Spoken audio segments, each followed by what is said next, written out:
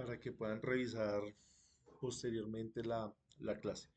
Listo, entonces vamos a mirar hoy el tema de geometría solar, un tema bastante importante para nosotros entender cómo es esa oferta energética, esa cantidad de energía de la que nosotros disponemos para calcular nuestro sistema fotovoltaico, no solamente para calcular los paneles, sino también calcular el inversor, calcular las baterías y tomar la mejor decisión.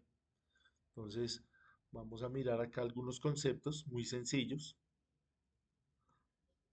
eh, para que los vayamos teniendo en cuenta. Entonces, todos sabemos que la Tierra pues tiene eh, un movimiento alrededor del Sol, que ese movimiento lo llamamos un movimiento de traslación.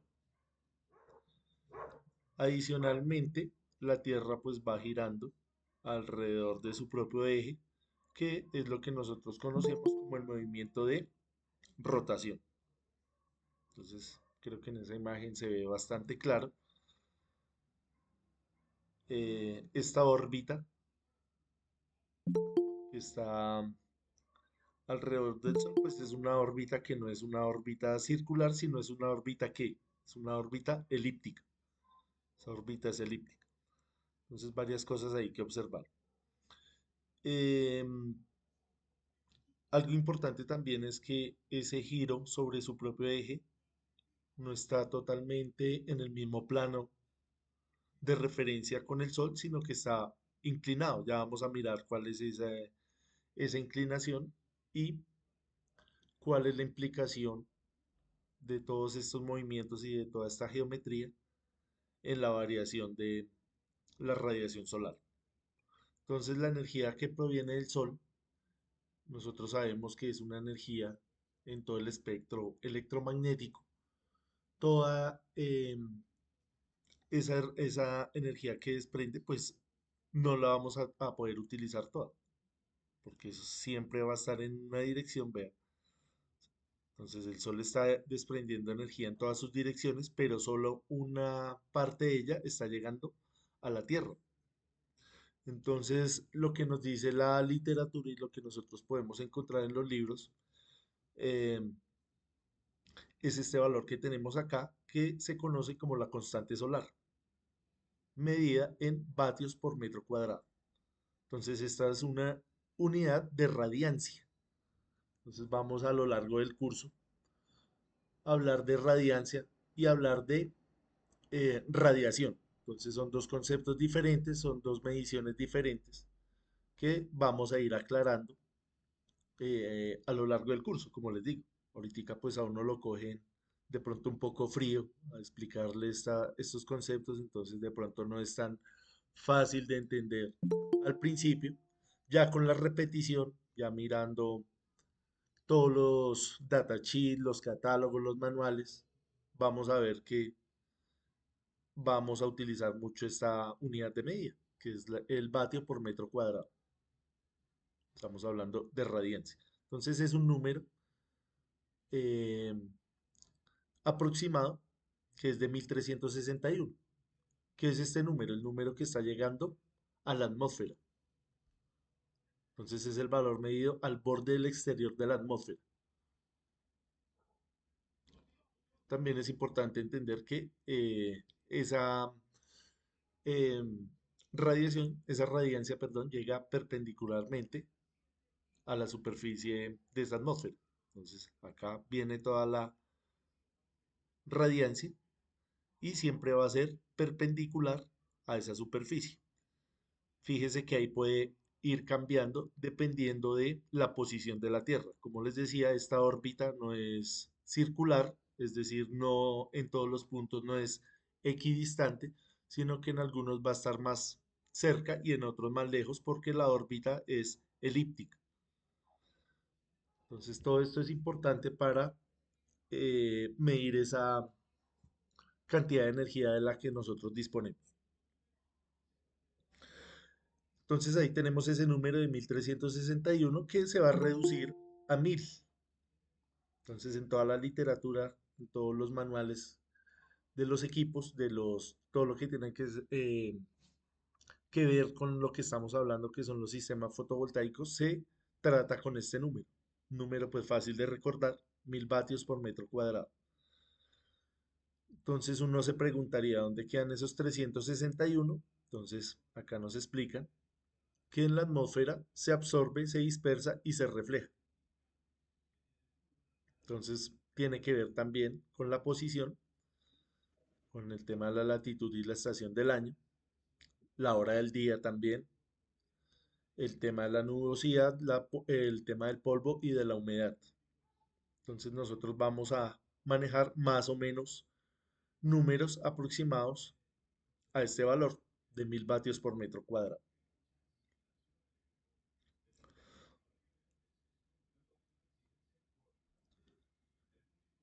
Em, Como les estaba diciendo, este valor puede cambiar dependiendo de la posición geográfica en la que estemos. Entonces no es lo mismo estar acá en Bogotá que estar al norte, por ejemplo, en Alaska, yéndonos bien hacia el norte, o bien hacia el sur, por ejemplo, en Chile o en Argentina, donde ya aparece el tema de las estaciones. Entonces, no es lo mismo que nosotros diseñemos acá un sistema fotovoltaico en Colombia o en Bogotá que hacerlo a diferentes posiciones hacia el norte o hacia el sur. Entonces ya vamos a mirar un ejemplo para que entendamos mejor este concepto.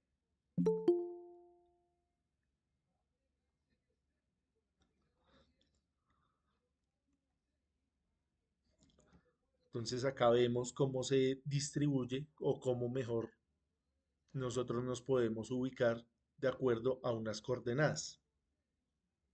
Entonces tenemos coordenadas de latitud y coordenadas de longitud. Las coordenadas de latitud se miden horizontalmente, acá en esta vista que tenemos, perdón, del globo terráqueo. Entonces dividimos en dos y tenemos latitud norte y latitud sur. ¿Cuál es esa línea de referencia? Esa línea de referencia es de 0 grados y es el ecuador. Pasa acá por el ecuador. Entonces fíjese que acá Colombia prácticamente que está sobre el ecuador. Entonces empezamos a contar en grados positivos hacia el norte y en grados negativos hacia el sur a partir de esa referencia llamada ecuador, que es una referencia cero. Entonces es horizontal. Ahora de forma vertical hacemos lo mismo y tenemos acá eh, el meridiano. Estamos hablando de longitud. Y pasa lo mismo. Entonces tenemos hacia la derecha positivo y hacia la izquierda negativo. Tenemos acá 0 grados. ¿Alguien se acuerda cómo se llama este meridiano de referencia? Greenwich, creo, profe. Sí, señor. ¿Por qué? Porque pasa acá por una ciudad inglesa con ese nombre y ahí es el cero. Ahí tenemos el cero.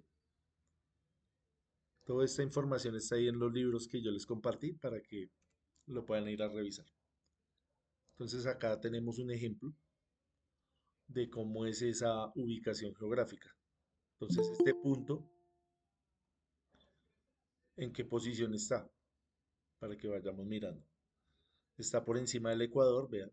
Acá tenemos la partición del ecuador, está arriba y está hacia la izquierda. Es decir, tiene latitud positiva y longitud negativa hacia la izquierda. Entonces creo que es bastante fácil de ver. Les voy a compartir acá, o mejor, les voy a mostrar acá en GeoGebra cómo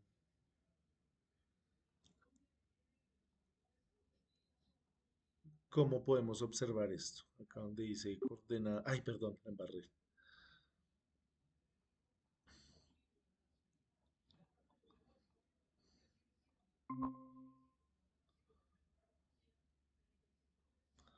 Perdón que la embarré ahí y le oprimí donde no era. Listo, les estaba diciendo que acá en GeoGebra podemos ver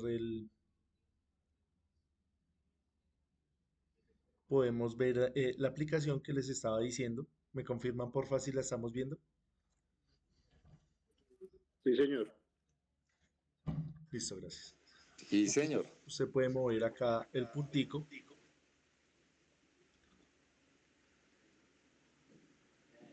para mirar la posición. ¿Sí? Entonces tenemos acá latitud positiva hacia arriba del ecuador, negativa hacia abajo y longitud, que este es el meridiano de Greenwich, hacia la izquierda negativo y hacia la derecha positivo. Acá podemos achicar o agrandar la esfera. Entonces ahí eh, podemos ver. O si no, también podemos introducirle las coordenadas. ¿Alguien se acuerda cuáles son las coordenadas acá de Bogotá, más o menos? Estamos en latitud como 4 grados. No sé si me acuerdo. Latitud 4 grados. Acá usted le puede poner aproximadamente. Y de longitud tenemos creo que una longitud negativa. No me acuerdo ahorita exacto el número. Ahorita buscamos como de 70 negativo. Ahí estaríamos nosotros con respecto a el meridiano de Greenwich y con respecto al Ecuador. Vea que prácticamente estamos sobre el Ecuador, a 4 grados. Estoy hablando acá de Bogotá. Ya para ciudades al sur es diferente y hacia el norte también. Estamos hablando acá de Bogotá. Entonces observe que estamos sobre el Ecuador. Entonces eso pues tiene algunas ventajas. Una de ellas es que pues no tenemos estaciones y el cálculo va a ser casi siempre el mismo. Podemos despreciar el tema de las estaciones.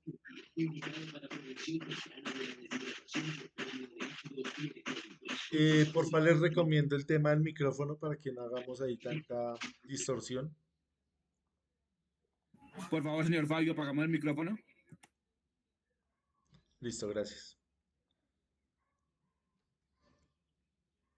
Listo, entonces acá lo que les decía en esta parte de abajo, vemos cómo es el plano de la eclíptica. Entonces acá tenemos ese plano con respecto al Sol y vemos que hay una inclinación que es de 23 grados 26 minutos. Ahí está inclinado. Entonces esto está rotando sobre el ecuador. Entonces gracias a esa inclinación y a que la órbita es elíptica, tenemos lo que conocemos como las estaciones. Acá en Colombia no hay estaciones precisamente porque estamos acá sobre el ecuador. O si hay estaciones, pero no son tan notorias, no son tan evidentes como en otros países. Listo. Acá también podemos ver en la parte de arriba, la parte donde nos explican el concepto de azimut y de zenit. Entonces, ¿qué es el azimut? El azimut, haga de cuenta que usted toma la esfera terrestre y la parte en dos. Ya hizo el ejercicio mental, vea, la parte en dos acá por el ecuador y usted se para sobre esa superficie que quedó, vea, viene y se para acá. Y toma como referencia el oriente a la derecha y el occidente a la izquierda, vea. Se está parado ahí, hacia arriba el norte y hacia abajo el sur. Entonces vea cómo es la posición del Sol con respecto a su posición. Todo esto es relativo, estas mediciones son relativas. ¿De qué depende? De la posición en la que usted se encuentre. Entonces usted se para acá, mira hacia el norte, hacia el este, hacia el occidente, hacia el occidente, hacia el oriente, y este ángulo que se forma entre el norte y la posición del Sol es lo que nosotros conocemos como el azimut. ¿Listo? Entonces repetimos, corta acá la naranja, corta acá la esfera, Ya la cortó, viene y la pone acá, se para usted ahí en esa superficie, mira hacia el norte, hacia el sur, y esa es la posición del sol. Y eso se llama azimut. Ahora miramos el cenit. ¿Qué es el cenit? Simplemente usted también eh, se para en cualquier ubicación, mira hacia el horizonte y mide la elevación del sol. Entonces, creo que todos hemos hecho ese ejercicio cuando estamos allá mirando el sol en el horizonte y vemos que cuando está anocheciendo se va ocultando. Entonces, él se oculta acá, vea, en el horizonte. Él va variando con respecto a lo largo del día, vea. Acá en el punto máximo estaría a 90 grados con respecto al horizonte. Cuando usted mira hacia arriba y el sol está totalmente sobre su cabeza, estamos a 90 grados del horizonte o a 0 grados cenit. Vea, este es el cenit. Cuando está totalmente sobre su cabeza, ese es el cenit.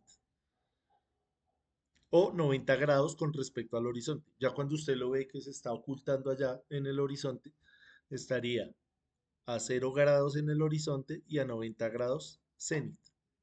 Eso es lo que nosotros lo conocemos de dos formas, o como el cenit o el ángulo de elevación. Son complementarios. Cuando uno está en cero, el otro está en 90. Cuando está en 90, el otro está en cero. Entonces, más o menos así es como nosotros entendemos la posición del Sol y cómo vamos eh, a orientar los paneles con respecto a esa posición, lo que nos dice pues la teoría. Ya miraremos más adelante que hay que tener en cuenta otros factores.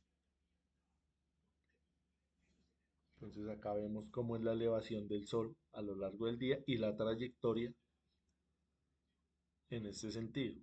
Entonces, la trayectoria que hace sobre esta línea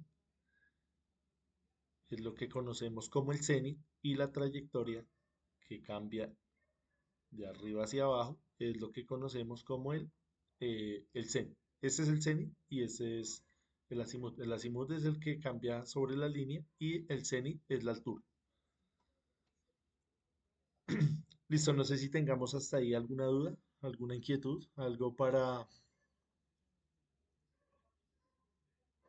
alguna observación.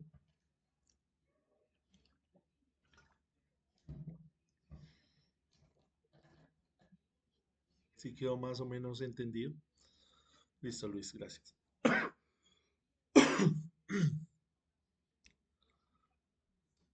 Listo, miremos ahora la parte de la irradiancia, de lo que les estaba comentando, porque es importante tener en cuenta a la hora de hacer mediciones. Sabemos que la electricidad o cualquier otra rama de la ingeniería, pues se basa en mediciones. Usted hace mediciones, toma decisiones, hace cálculos y hace sus diseños basado en esas parámetros que ya midió. Entonces acá vamos a mirar cómo es el tema de la irradiancia, lo que les decía. Estamos midiendo potencia por unidad de área. Sus unidades son el vatio por metro cuadrado.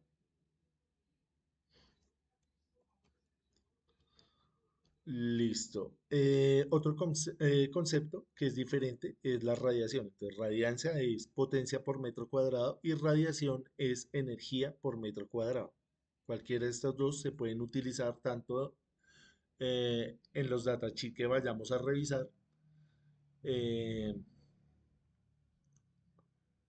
y en los software. Vamos a mirar ahorita algunas herramientas computacionales y pues nos van a hablar acá en este lenguaje, entonces nos toca estar atentos a eso. Entonces la irradiación, que es la misma radiación, la medimos con vatio hora sobre metro cuadrado. Entonces existen diferentes tipos de radiaciones. Tenemos la radiación difusa, la radiación directa y la radiación reflejada. Entonces la radiación difusa es aquella en la que la energía que viene acá del Sol rebota, por llamarlo de alguna manera, en cualquier superficie. Acá en el ejemplo estamos viendo las nubes, pero puede ser cualquier otra cosa. Puede ser un edificio que esté al lado de su sistema fotovoltaico, puede ser cualquier otro elemento que sea capaz de reflejar esa radiación. La radiación directa, que es la que va a incidir directamente en el panel, lo ideal es que esa radiación directa sea totalmente perpendicular, que sea normal a esa superficie. Ya vamos a mirar más adelante que esos paneles pueden estar estáticos o pueden estar en movimiento, precisamente siguiendo la trayectoria del Sol para aprovechar mejor toda la energía a lo largo del día. Y la radiación reflejada, que es la que pega acá en la superficie y se refleja hacia el panel. Entonces, este concepto también es importante entenderlo y revisarlo porque hay unos paneles que son bifaciales, que no solamente van a captar la energía que viene por la parte de arriba, sino también por la parte de abajo. Entonces también es importante medir esta radiación reflejada para mirar a ver si vale la pena poner un panel bifacial o no. Entonces ahí está el resumen de cada una de estas em, radiaciones. Entonces acá vemos la global horizontal, que es la suma de la directa normal. Cuando hablamos de normal, nos están diciendo que es perpendicular. Es la que llega totalmente perpendicular al panel. Y la difusa, que es la que queda dispersada en la atmósfera. Entonces, esta es importante para estimar la energía solar disponible en una superficie horizontal. Ya vamos a mirar cómo se mide. Luego tenemos la normal, que era la que les decía, que es la que llega en línea recta desde el Sol sin ninguna dispersión. Acá nos hablan del piranómetro, ya vamos a mirar cómo funciona ese piranómetro. Y es importante para dimensionar el sistema cuando vamos a utilizar un tracker o un seguidor solar. El tracker es lo que les comento de que el panel no está estático, sino se va moviendo según la trayectoria del Sol. La difusa horizontal eh, es esta que estamos viendo acá, esta difusa, que la tenemos que tener muy en cuenta a la hora de mirar la posición. eh, si el ambiente donde vamos a poner nuestro sistema fotovoltaico es muy nublado.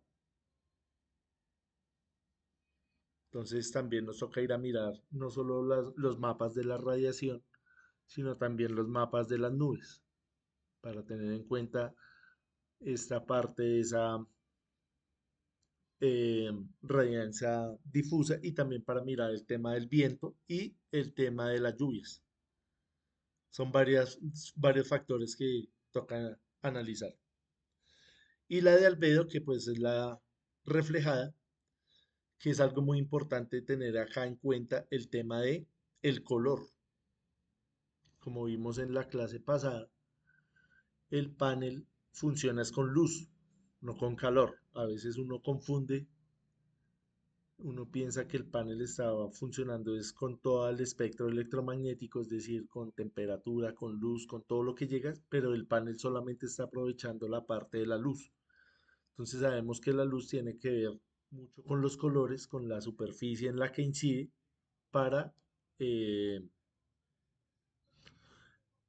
reflejar de mejor manera. Entonces, ¿cuáles son los materiales típicos donde nosotros vamos a poner los paneles? De pronto en un tejado oscuro, algo muy parecido al asfalto, de pronto en arena, en nieve, sobre una capa de vegetación, en agua. Entonces, cada uno de ellos va a tener diferente, va a reflejar diferente. Vamos a mirar acá si nos hablan de estos datos. Sí, entonces ya vamos a mirar más adelante. Listo, entonces acá lo que les decía, la directa normal es la que viene acá y forma un ángulo de 90 grados o un ángulo recto con respecto a la superficie o con respecto al panel, ¿ve? Entonces viene la radiación totalmente perpendicular, que sería lo ideal en todo momento, ¿no? Porque ahí es donde aprovecharíamos la mayor cantidad de esa radiación. Y tenemos acá la difusa, que nos muestran cómo es que se eh, difumina, por llamarlo de alguna manera, acá con respecto a la superficie del panel. Entonces ahí vemos la suma de ambas, cómo se comporta. Acá lo que se pierde en la atmósfera y la medición de los ángulos. Entonces, para medir todos estos eh, fenómenos físicos, pues tenemos diferentes tipos de herramientas, de diferentes gamas y de diferentes propósitos. Entonces, vea que acá tenemos el piranómetro, que es un instrumento utilizado para medir la radiación. Entonces, ya vimos que la radiación la medimos en eh, vatio por metro cuadrado. Entonces, el piranómetro va a medir la radiación directa y la radiación difusa. Entonces, hay de diferentes tipos y de diferentes precios y para diferentes aplicaciones. Vea, acá tenemos esta que es más parecida como un multímetro. Estos de acá son más, un poco más especializados, utilizados en los parques solares, donde ellos deben tener muy monitorizado el proceso a lo largo pues del tiempo en que se va a utilizar el sistema fotovoltaico. Este de pronto es una medición más esporádica, una medición de control, donde pues se hace de pronto más rápido, estás más constante porque esto se queda ahí conectado. Entonces también se utiliza mucho eh, para el tema de la precisión, para estar bien preciso cómo es esa radiación y tratar de mejorar el sistema, tratar de volverlo más eficiente. Entonces, unas mediciones un poco más especializadas. Nótese acá en esta última imagen que hay una que mide la normal, que está inclinada, y hay otra que está constante así horizontal. ¿Sí? Entonces son dos tipos de mediciones con las que usted puede tomar decisiones con respecto a esa medición. Entonces acá nos dice, ¿para qué sirve determinar la cantidad de energía solar disponible en un lugar? Calcular el rendimiento del sistema fotovoltaico, estudiar el recurso solar en proyectos de energías renovables, validar datos de modelos o pronósticos solares. Esta parte es importante, el tema de la validación. Ahorita vamos a mirar un ejemplo de donde nosotros podemos sacar esos datos históricos de de determinada geografía, de determinado sitio, donde validamos precisamente esos datos. Entonces usted viene y hace sus mediciones, toma sus datos y después va y mira los históricos, va y mira las estadísticas y las valida. Entonces ya es complementar una medición que ya existe, que ya hay unos históricos. Luego tenemos el pirheliómetro, que es un sensor diseñado para medir solo la radiación directa. Entonces, fíjese que acá está más enfocado. Perdón, este es más abierto, recibe de todo lado, en todos los sentidos. Y fíjese que este es como una especie de telescopio que está más enfocado para medir en una sola dirección. Pero el principio de funcionamiento pues es el mismo. También va a medir esa radiación medida en vatios por metro cuadrado Acá nos muestra cuáles son esas características. Tiene pues un tubo, él apunta directamente hacia el sol. Tiene un tracker. Cuando hablamos de tracker es ese seguidor, eso que se está moviendo. Y acá nos hablan de unas normas. Ahorita no nos vamos a meter en esta parte de los estándares y de las normas porque pues tenemos una sesión dedicada a hablar de ello. Ahorita estamos hablando de la parte técnica, pero sabemos que siempre hay que ir con la norma ahí debajo del brazo para eh, no incumplirla, ¿no? No ir a cometer cosas que de pronto no están dentro de esa normativa. Entonces, acá hay de diferentes gamas, de diferentes marcas. Son elementos, pues, eh, bastante abundantes y de bastantes categorías que existen. Luego tenemos el albedométro, que simplemente es un piranómetro con dos caras, hacia arriba y hacia abajo. Entonces, el albedométro no solamente va a medir la radiación que viene por encima del panel, sino la que viene por debajo. Entonces, acá importante ver esta parte.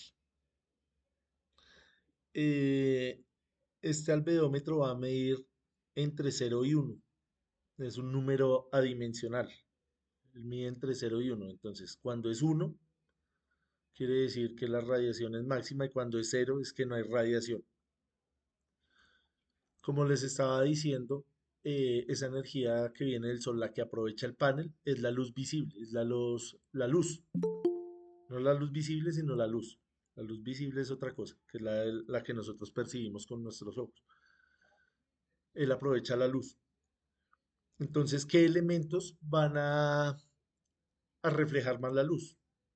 Entonces, la nieve, la arena, el asfalto, el pasto, el agua. ¿Cuál creen ustedes que es el máximo valor de esa reflexión? ¿Qué elementos refleja más? El agua, el agua, profe, ¿El agua? señor. ¿Alguien opina diferente? El asfalto, dice William. La nieve, La nieve. ¿Alguien más? Profe, yo creo que entre más claro es, más refleja. Exactamente. Entonces, cuando usted va, por ejemplo, a la playa, usted no se lleva una camiseta negra, ¿no? ¿Por qué no? ¿Qué pasa cuando usted va a la playa con una camiseta negra? Profe, ahí lo que hace es aumentar la temperatura. Se siente más caliente. Claro, porque no refleja. Entonces, todo lo que incide en la superficie de la camiseta negra queda absorbido dentro de esa tela y empieza a calentarse. Mientras que si usted se lleva una camiseta blanca, no se calienta tanto porque se refleja la luz y se libera energía hacia cualquier otra dirección. Entonces todo lo que sea claro va a tener el máximo valor. Entonces acá lo que nos dice, vea, la nieve fresca está entre un 0.8 y un 0.9. O hablado en porcentaje, está reflejando el 80% o el 90%. Pero fíjese que no tiene nada que ver con el material. Tiene que ver es con el color. Es con el color. Entonces puede ser lo mismo nieve o de pronto un techo que usted lo pinte de blanco. Va a reflejar lo mismo, siendo que el techo puede ser un material como concreto y la nieve pues sabemos que es agua congelada, ¿no? Pero ahí está reflejando la misma cantidad. Tiene que ver es con el color, más no con el material. Importante tener eso en cuenta. La arena clara estaría entre un 30 y un 40%. Y fíjese que el asfalto estaría entre un 5% y un 10%, algo muy poquito, muy pequeño. Entonces digamos que su techo allá es de color gris, de color tirando a gris oscuro, tirando a negro. ¿A usted le convendría poner un panel bifacial? usted gastaría dinero en poner un panel bifacial que sabemos que es más costoso. No lo va a poner, ¿no? Porque sabe que no va a reflejar nada. Pero si su superficie es blanca, muy probablemente le conviene poner ese panel bifacial. ¿Listo?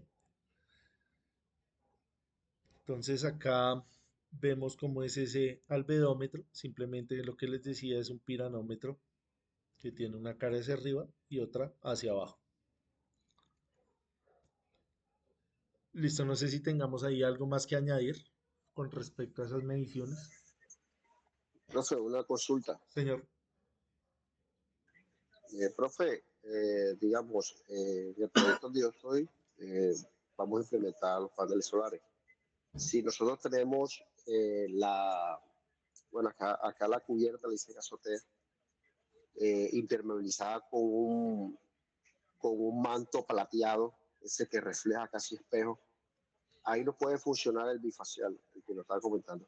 sí señor, sí funciona, porque fíjese, tocaría ir a mirar qué tipo de plateado, porque vea, hay plateados de plateados, ¿no? Digamos, vea este color. Este color es más cercano que al negro o al blanco. ¿Usted cómo lo vería ahí? Entonces, ¿qué nos toca ir a hacer? Ir a medir con el piranómetro a ver cuánto va a reflejar esto. A ver si sí vale la pena o no. Ok, profe. O si es un plateado más oscuro, digamos como el de esta parte. Plateado más oscuro, más tirando como a lo gris. Entonces ahí usted tomaría la decisión. Digamos, si está acá entre un 40%, yo diría que sí vale la pena.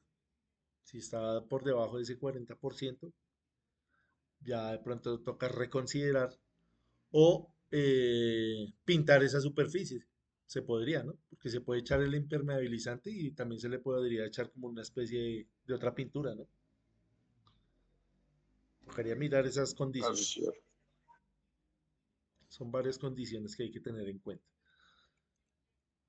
Eh, listo, entonces ahora vamos a mirar el concepto de hora solar pico, un concepto bastante importante porque siempre va a aparecer en los datasheets de los paneles, de las baterías, de todos los elementos que nosotros vayamos a utilizar. Estamos hablando de hora solar pico. Entonces la hora solar pico es fácil de entender. Acá tenemos en la parte horizontal las horas del día y en la parte vertical la radiancia medida en vatios por metro cuadrado, lo que les estaba diciendo del valor que sabemos que es de 1000. O sea, lo máximo que vamos a tener es 1000. Entonces acá, digamos en el Ecuador, sabemos que el sol está saliendo por acá cercano a las 6 o un poco antes, vea, eso es lo que nos dice la gráfica. Entonces por ahí a las 8 de la mañana empieza a subir, a subir, a subir y a las 12 del día está en su pico máximo, vea, de acá de radiancia máxima que es de 1000 vatios por metro cuadrado. Sería su pico. Y luego de esas 12 del mediodía empieza a bajar nuevamente hasta llegar acá a la oscuridad entre las 6 de la tarde, entre las 18 y las 20, es decir, entre las 6 y las 8. Ya se oscurecería totalmente. Entonces nosotros, ¿cómo calculamos esas horas solares pico? La calculamos midiendo el área bajo esta curva. Esa es la forma de hacerlo. Se mide acá el área bajo esa curva. ¿Cuál es el área bajo esa curva? ¿Qué operación matemática toca hacer ahí? Ahí toca hacer una integral, que es simplemente es una sumatoria de áreas acá pequeñas, que se toma acá áreas pequeñas, pero lo puede hacer de una manera más fácil.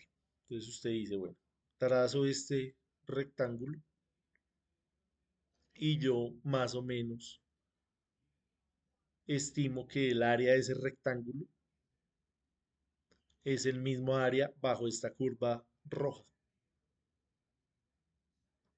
Entonces uno diría, no, pero acá falta un pedazo.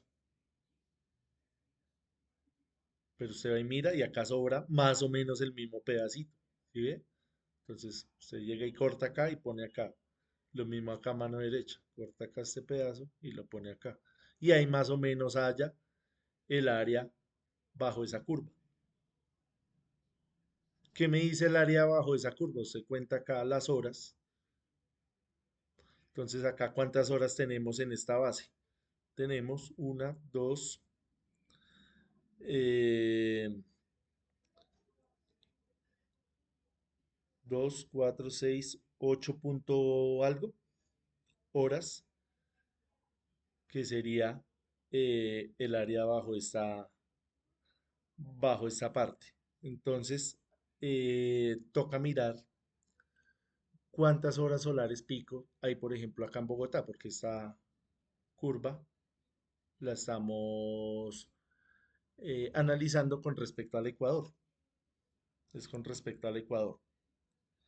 ¿Listo? Entonces, esta es una manera de estimarlo así gráficamente para que lo entendamos. Vamos a hacer un ejercicio, no el día de hoy, sino para la próxima clase, que es el jueves, donde vamos a hacer esa medición exacta. ¿Basado en qué? Basado en un historial. Entonces vamos y miramos el historial, por ejemplo, de 10 años, de 20 años. Miramos cómo ha sido esa eh, radiancia a lo largo de esos 20 años y sacamos conclusiones y miramos cuántas horas solares pico va a haber acá en Bogotá o de donde usted la necesite. Entonces vamos a mirar esa herramienta. Entonces ahí vemos la misma curva. Sacamos acá el área de esa curva y hallamos la hora solar pico. Entonces ahí tenemos la curva de la que les estaba comentando, que es un historial. Entonces hagamos un ejercicio acá rápido antes de irnos al descanso. Entonces vamos a mirar cuál es las horas solares pico desde el 2005 más o menos hasta el 2023, creo que son estos datos, ahorita los miramos. Entonces ahí tenemos en la línea horizontal el tiempo y acá la radiación. Entonces, ¿qué promedio sacaríamos acá? ¿O qué valor utilizaría usted? Vea, entonces está 100, 125, 150, 175. ¿Usted utilizaría estos de arriba, estos valores de arriba? ¿Utilizaría los de abajo? ¿O utilizaría los del medio? Entonces, fíjese que acá hay algo que es más o menos recurrente, cíclico. Entonces, digamos que acá en Bogotá el verano es en diciembre y en enero. Digamos, ahorita estamos en octubre, es una época lluviosa. En abril sabemos que es una época también lluviosa. Entonces, eso es lo que nos dice todo este historial. Entonces, si yo hago el análisis en la parte de arriba, estoy diciendo que yo asumo que va a haber mucha radiación en 20 años, por ejemplo. En estos 20 años, del 2005 al 2025, y yo me paro acá en esta parte de arriba y hago mi diseño fotovoltaico con respecto a esos valores, voy a decir, no, es que siempre va a haber una radiación de 170. Entonces, cuando yo haga el cálculo, me va a dar que tengo que utilizar dos paneles. Si utilizo estos valores del centro, que son como más coherentes, porque estoy ni siendo tan optimista ni tan pesimista, vea. Utilizo los del medio y digo, no, más o menos una radiación de 140 constante. Solamente voy a utilizar, eh,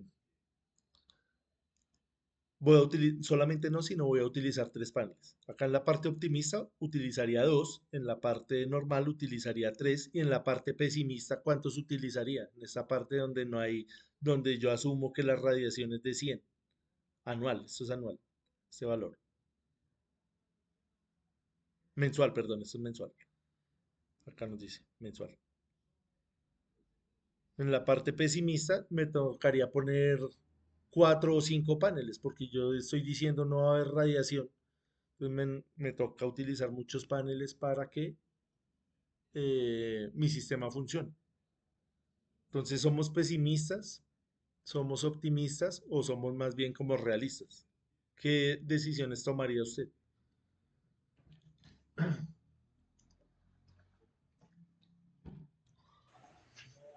Eso será realista, ¿no? Sí, señor. Digamos acá ¿cuál sería? Esa es otra cuestión. ¿Cuál sería acá ese número? 150. ¿Será acá o un poco menos? 140, profe, Por ahí 140. 140. Entonces dividimos 140 entre 30 más o menos que tiene los meses del año. Algunos más, algunos menos, digamos entre 30. ¿Cuánto nos da ese número? 140 dividido 30.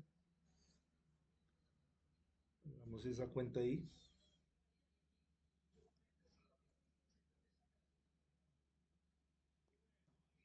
Abrir acá la calculadora.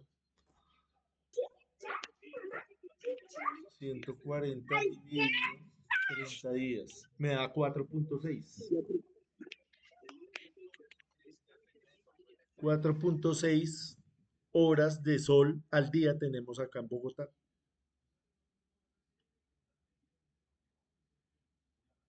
Durante el año.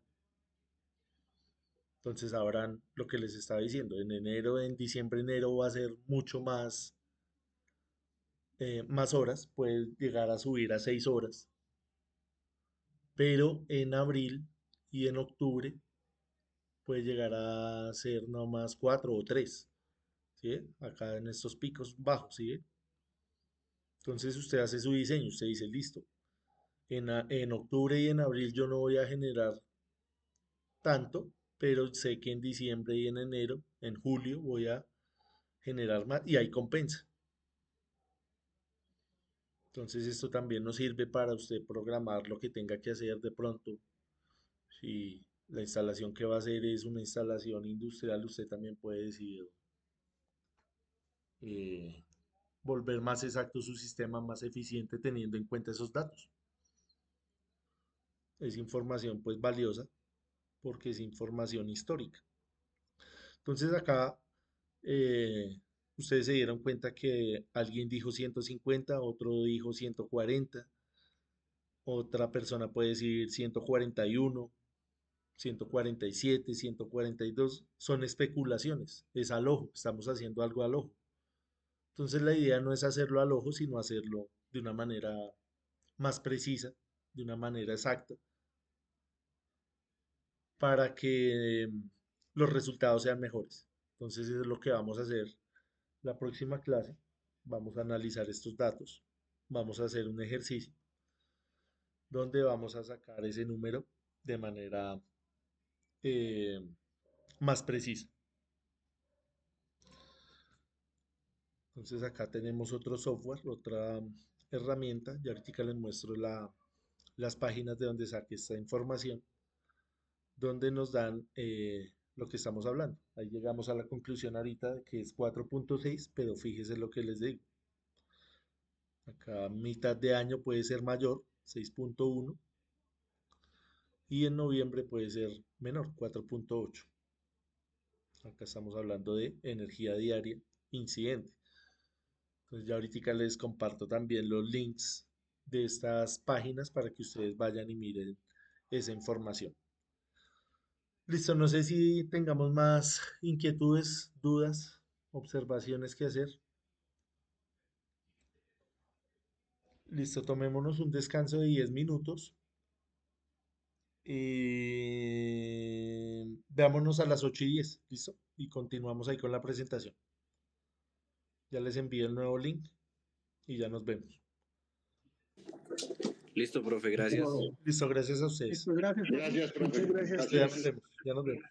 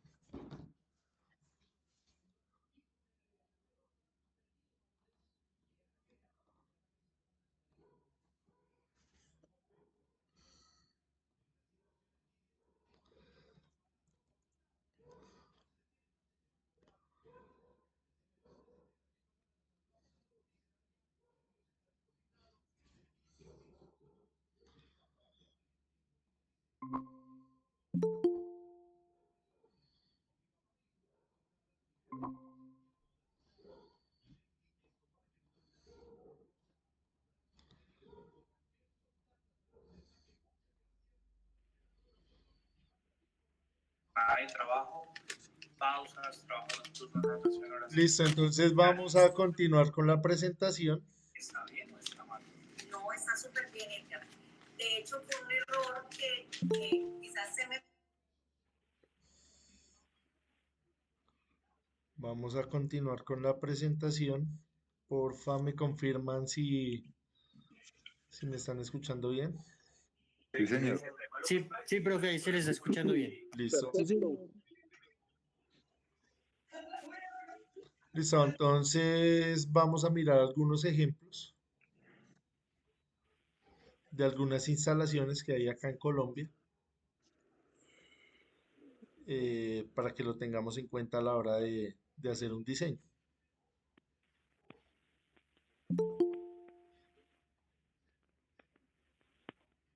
Porfa, les recomiendo ahí el micrófono.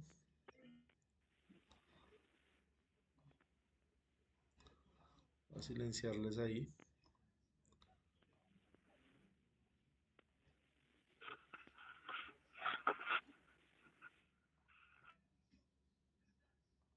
Silenciemos ahí los micrófonos, porfa.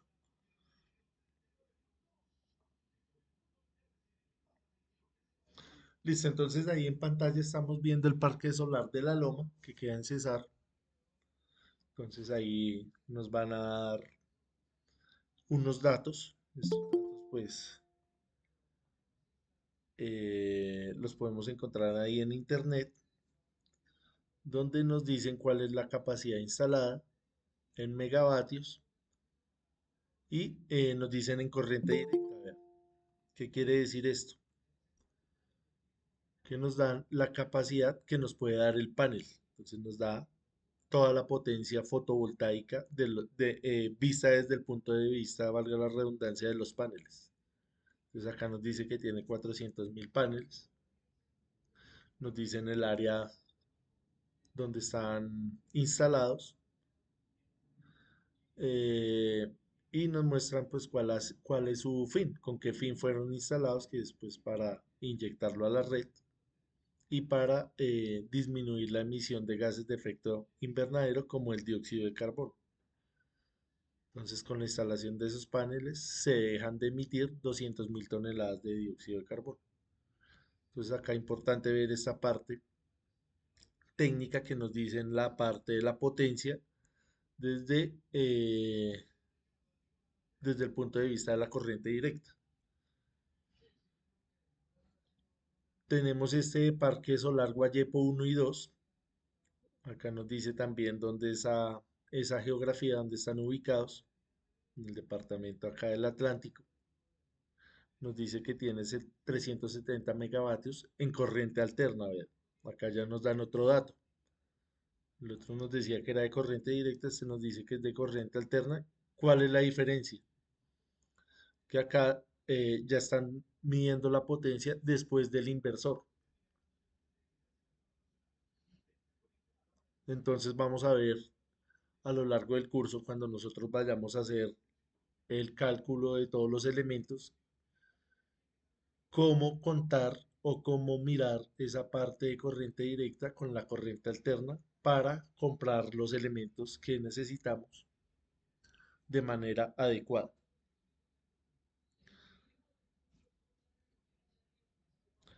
Eh, Vemos acá una foto que es de acá de Bogotá, del complejo sur del Sena, que queda ahí en la Primera de Mayo. Esta es la Primera de Mayo. Esta es la carrera 30. ¿Sí? No, esta es la carrera 30, la del Transmilenio. Entonces les voy a mostrar, les voy a compartir acá la pantalla completa. La idea es que ustedes también le cacharren al Google Earth. Todas estas herramientas son válidas a la hora de usted hacer este tipo de diseños. Bueno, acá entonces están los datos. Vamos a ir mirando estos datos a la parte que vayamos viendo acá las imágenes. Entonces tenemos acá el centro metal mecánico. Ya se ubicaron. Entonces acá vea, nos dice la orientación, estamos hacia el sur.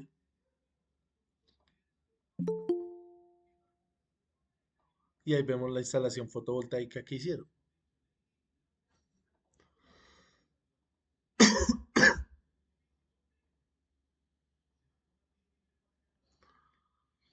Entonces lo que les estaba diciendo, lo que nos dice la literatura, todo lo que esté en el hemisferio norte, los paneles tienen que ir mirando hacia la latitud sur. Entonces acá en Colombia, perdón, en Bogotá estamos a 4 grados latitud norte. En teoría esos paneles deberían estar 4 grados orientados hacia el sur, latitud sur. Es lo que nos dicen los libros, lo que nos dice la teoría. Entonces la pregunta es, eh, ¿esto está orientado hacia el sur? Estos paneles, vea, ahí está el techo. Este es el complejo sur, para los que no se han ubicado todavía. Esta es la primera malla y esta es la 30, ¿sí? Ahí ya se ubicaron. Ahí el centro metalmecánico, todo el complejo sur. Y estos son los paneles.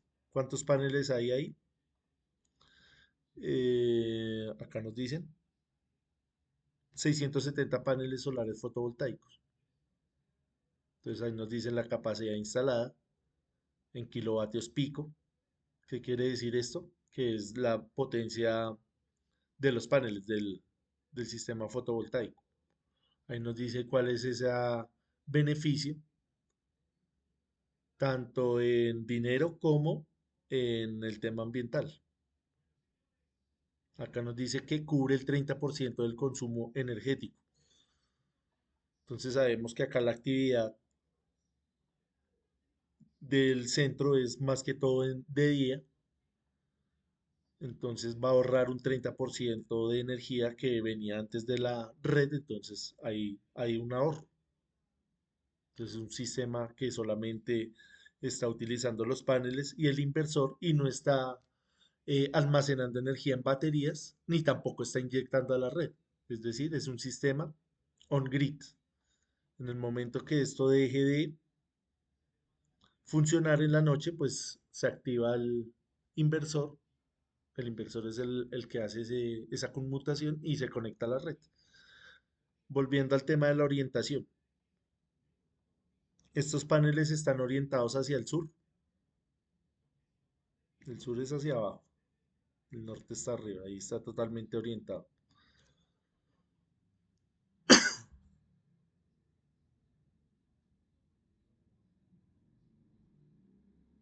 ¿Cómo los ven ahí?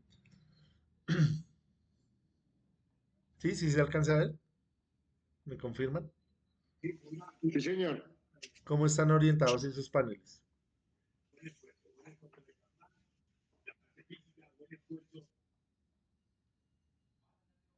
Vea, fíjese que acá en el parqueadero también hay una caseta de paneles. Esto es para cargar los vehículos.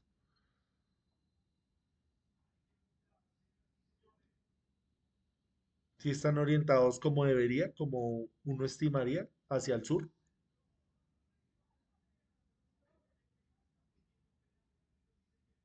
Siendo el sur la parte de abajo.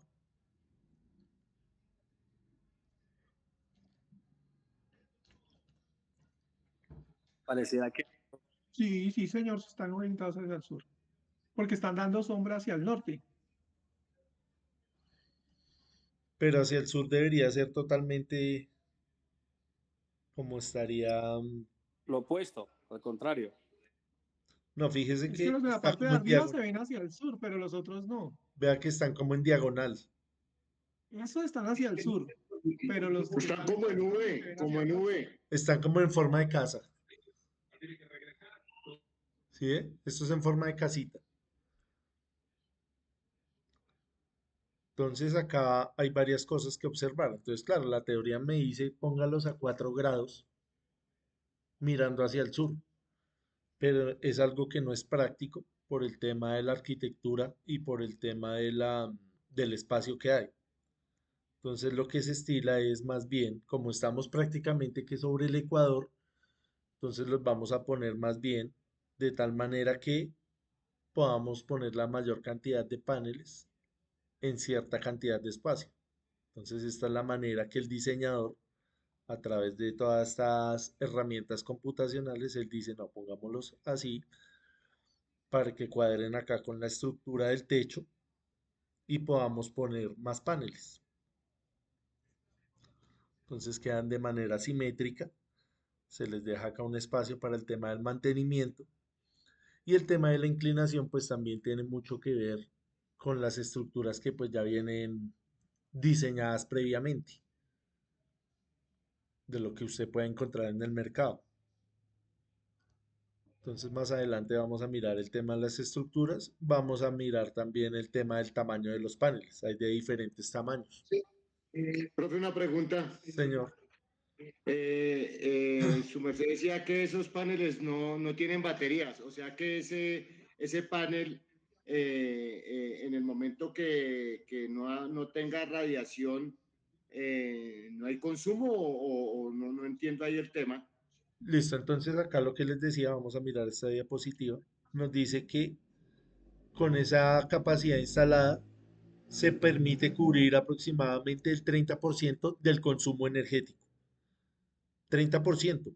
Entonces, claro, acá se está utilizando mucha energía a lo largo del día.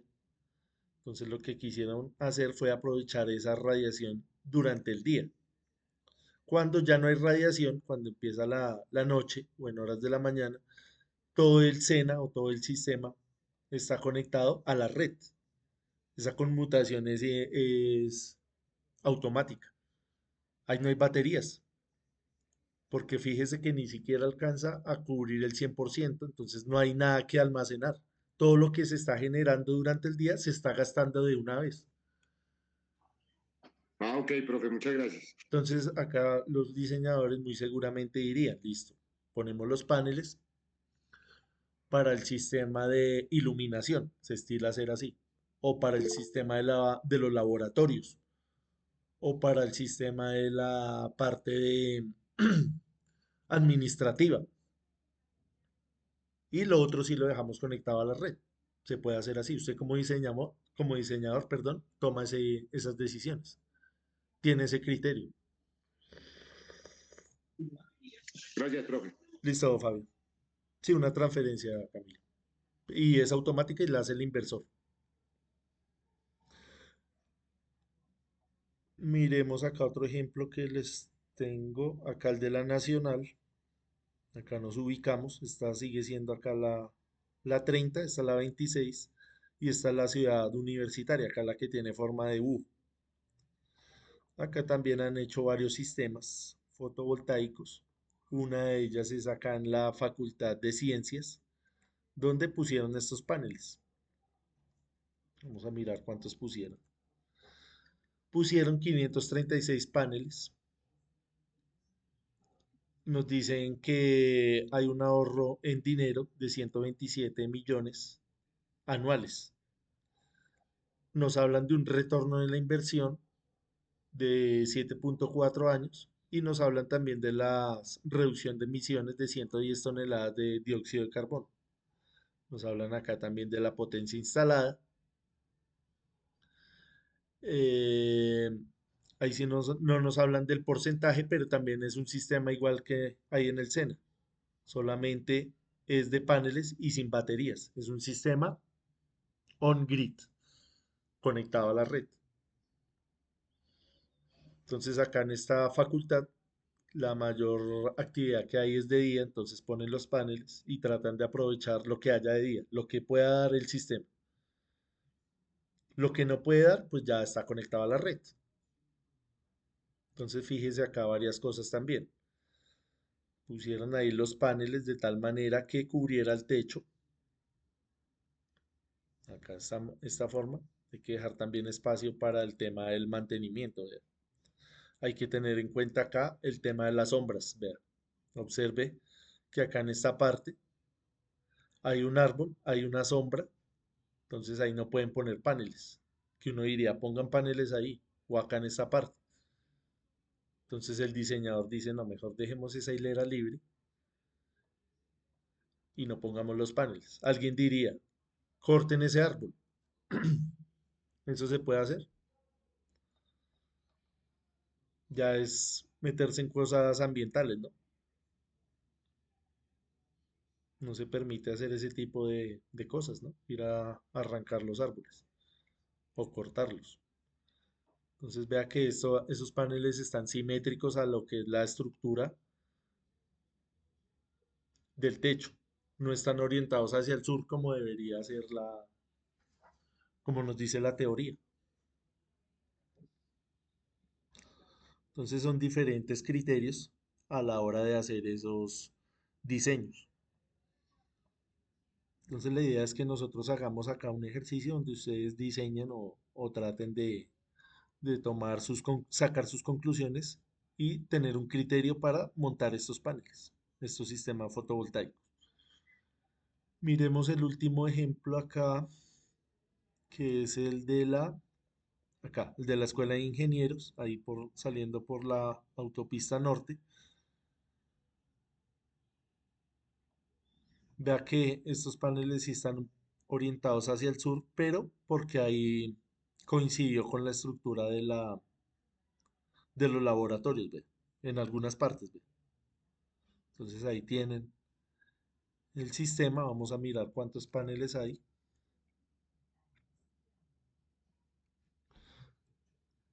318 paneles que abarcan 640 metros cuadrados, una capacidad instalada de 101 kilovatios pico. Eh, Puede llegar a abastecer hasta el 100% del consumo, vea.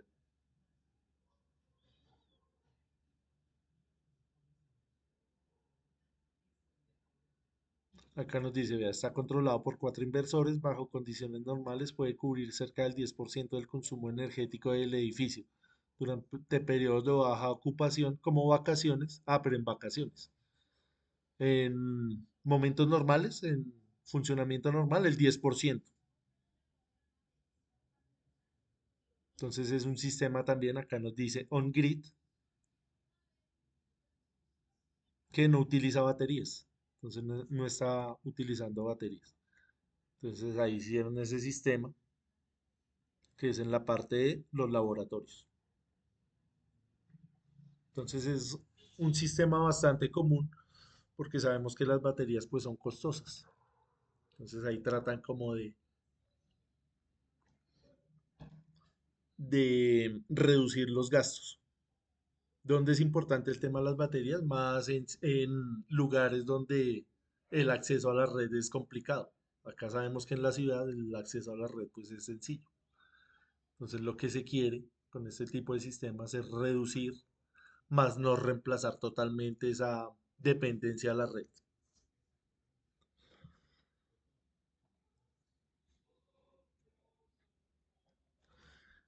Listo, no sé si tengamos alguna inquietud ahí referente a estos ejemplos que vimos. ¿Algo que añadir? Toda esta información pues yo se las comparto ahorita para que ustedes la revisen con más detenimiento. Acá nos dan datos de esos parques que hay en China que sabemos que son pioneros en toda esta tecnología porque tienen la capacidad de fabricar eso de manera muy eficiente, a bajo costo. Listo, vamos a mirar estas fotos que nos la compartió un compañero que está trabajando allá en el Tolima, en campo, donde podemos ver los paneles. Estos paneles son bifaciales, estos que estamos viendo acá. Vea que está en forma de casita y son bifaciales. Entonces la pregunta del compañero que nos compartió estas fotos era precisamente eso, que por qué ponían ese panel bifacial ahí, en esas condiciones. ¿Ustedes qué opinan de eso?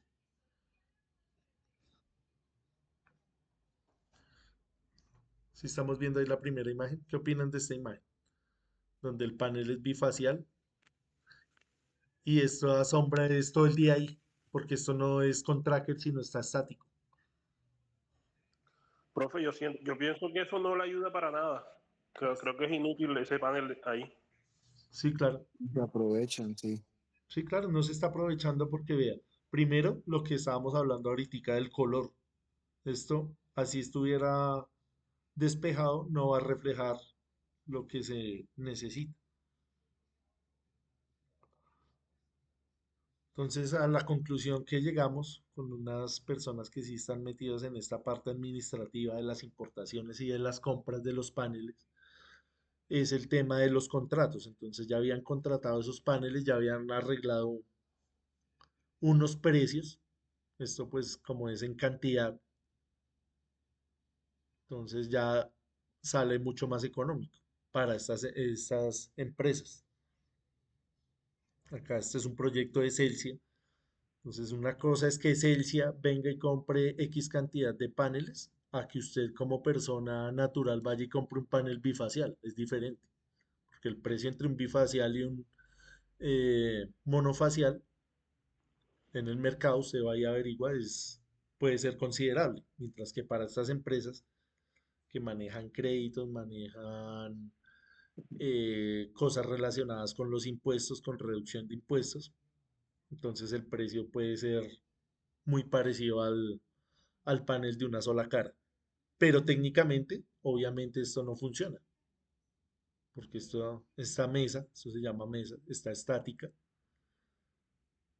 y esta sombra es todo el día ahí, entonces no va a funcionar. Acá vemos también el tema de las cajas donde van el tema de las protecciones. Más adelante vamos a mirar esta parte.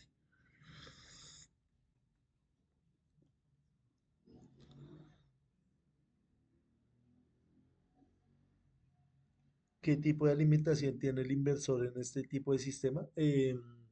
Sigue siendo corriente directa, ¿sí? A eso se refiere Camilo. Esto genera corriente directa, pasa a través del inversor y el inversor transforma en corriente alterna y le inyecta a la red.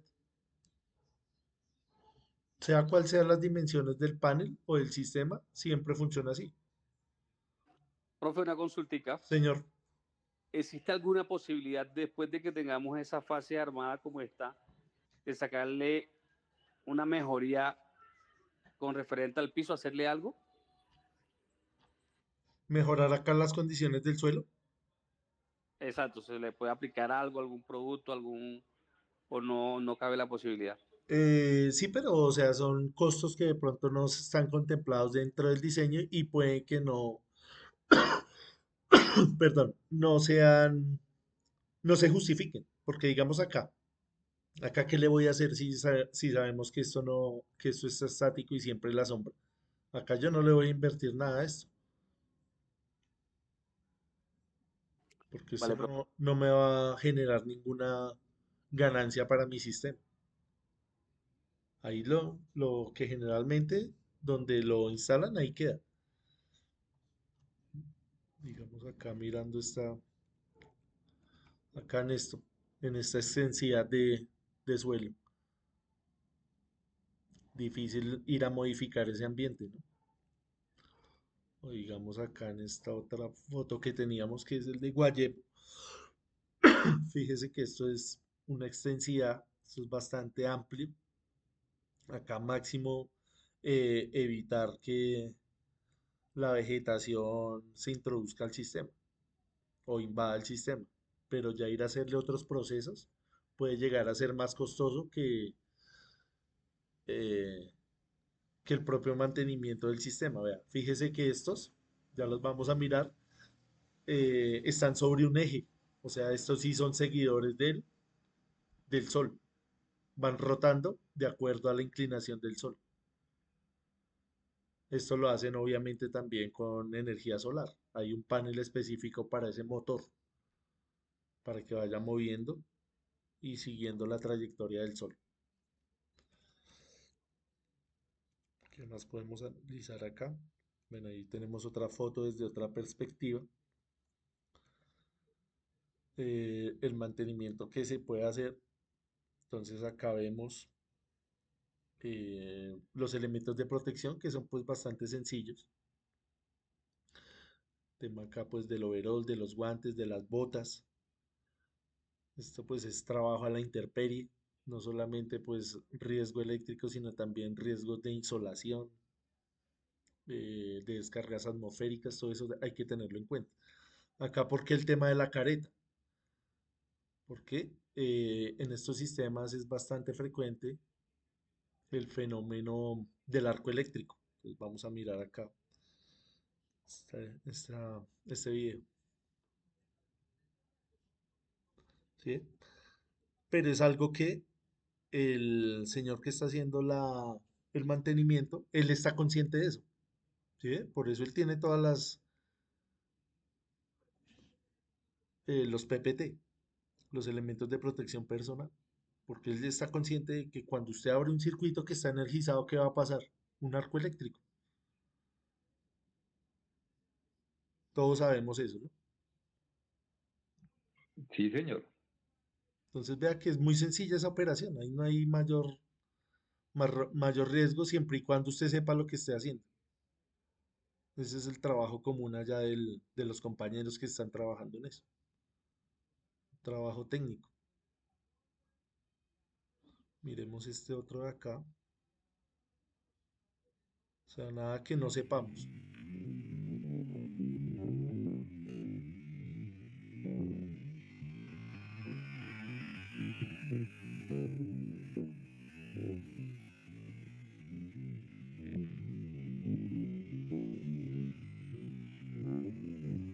Ahí se abre el circuito que está energizado.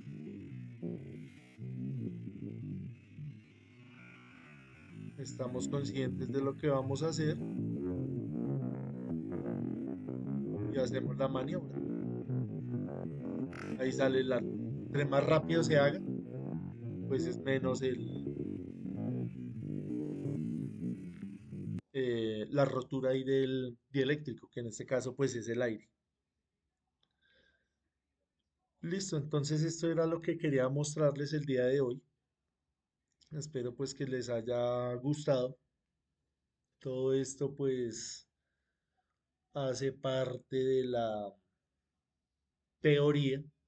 Hay muchas personas que pues han tomado este curso, que tienen esta labor diaria y dicen, listo, yo llevo tantos años haciendo esto, conectando, pero conectando, desconectando, haciendo acá negro con negro, rojo con rojo. Me gustaría saber un poco más de cómo funciona. Hemos venido acá a este curso, ellos nos han aportado ya su experiencia, sus anécdotas, y acá desde la parte pues teórica también hemos hecho ese aporte. Entonces es un complemento.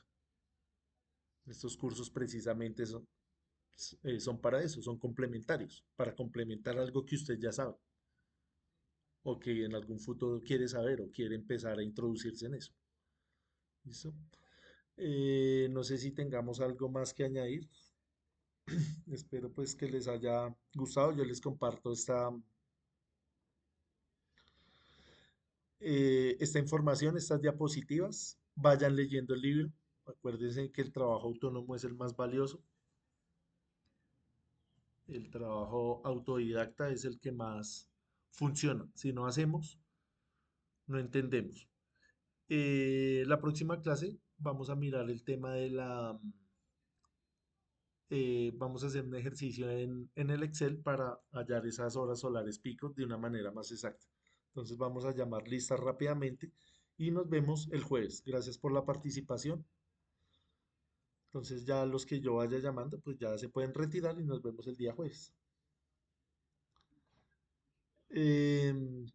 Antonio Bello. Presente, profesor. Listo, gracias. Oscar Manuel Beltrán. Presente, profesor, buenas noches. Buenas noches, gracias. Luis Daniel Bolaños. Buenas noches, profe. Presente. Listo, gracias.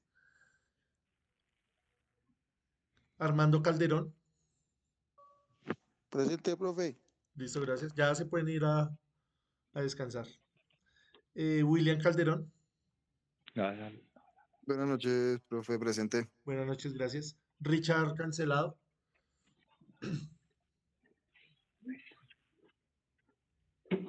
¿Sí está Richard? Julio César Cañón. Presente, profesor, muchas gracias. Listo, gracias a ustedes por la participación. Camilo Castellanos. Sí, señor, buenas noches, presente. Listo, gracias. Wilmar Castro, Presente, profe, muchas gracias, una buena noche, que esté bien. igualmente, gracias a usted. William Chacón, Presente, profesor. gracias. Esteban Chacón, Presente, profe, buenas noches. buenas noches, gracias. Mauricio Contreras, Presente, profe, buenas noches. buenas noches, gracias.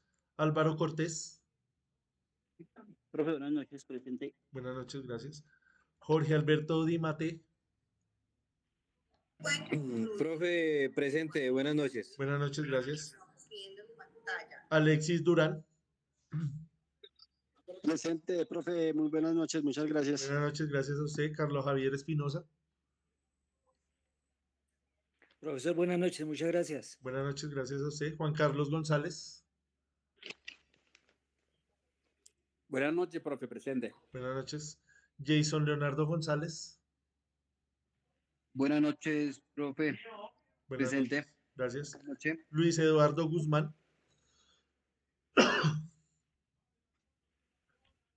Luis Adrián Herrera. ¿Sí está Luis Eduardo? Sí, Luis Eduardo. Listo, gracias. Luis Adrián, Gracias, profe, buenas noches. Profe, buenas noches, muchas gracias. listo, gracias a usted. Raúl Julio, Buenas noches, profe. Muchas gracias. listo, gracias a usted, Raúl. André Felipe Lozano, Adolfo Mejía, Feliz noche, instructor. listo, igualmente, gracias. Mauricio Méndez, Presente, profe, buenas noches, gracias. buenas noches, gracias. Ricardo Mendieta, Buenas noches, profe, muchas gracias. listo, gracias, Ricardo. Luis Alirio Mendigaño, Buenas noches, profesor, muchas gracias. listo, Luis, Presente. gracias a usted. Eddie Mercado, Michael Montealegre, Buenas noches, profe, presente. listo, Michael. Feliz noche. Igualmente. Fernando Mora, Buenas noches, profesor, gracias. listo, gracias a usted. Luis Patiño, Buenas noches, profe, gracias. Muy amable, que descanse. igualmente, muchas gracias. Leonardo Poveda, Buenas noches, profesor, presente. buenas noches, gracias. Dani Kikazake, Buenas noches, profe, presente. buenas noches, gracias. José David Ramírez, Buenas noches, profe, muchas gracias. listo, gracias. Milton Reyes, Buenas noches, profesor, muchísimas gracias. listo, Milton, gracias a usted. Fabio Rodríguez, Buenas noches, profe, buenas noches, muchas gracias. buenas noches, gracias. Freddy Rodríguez, Buenas noches, profe, presente. listo, Freddy, gracias. José Rodríguez, Buenas noches, profe, muchísimas gracias. listo, gracias a usted. Omar Salinas, Buenas noches, profe. buenas noches. José Zamudio, Buenas noches, presente. gracias. Bernardo Suescun, Buenas noches, profe, muchas gracias. buenas noches. Gilberto Yepes, Presente, profe, buenas noches. buenas noches. Listo, gracias. Nos vemos el jueves.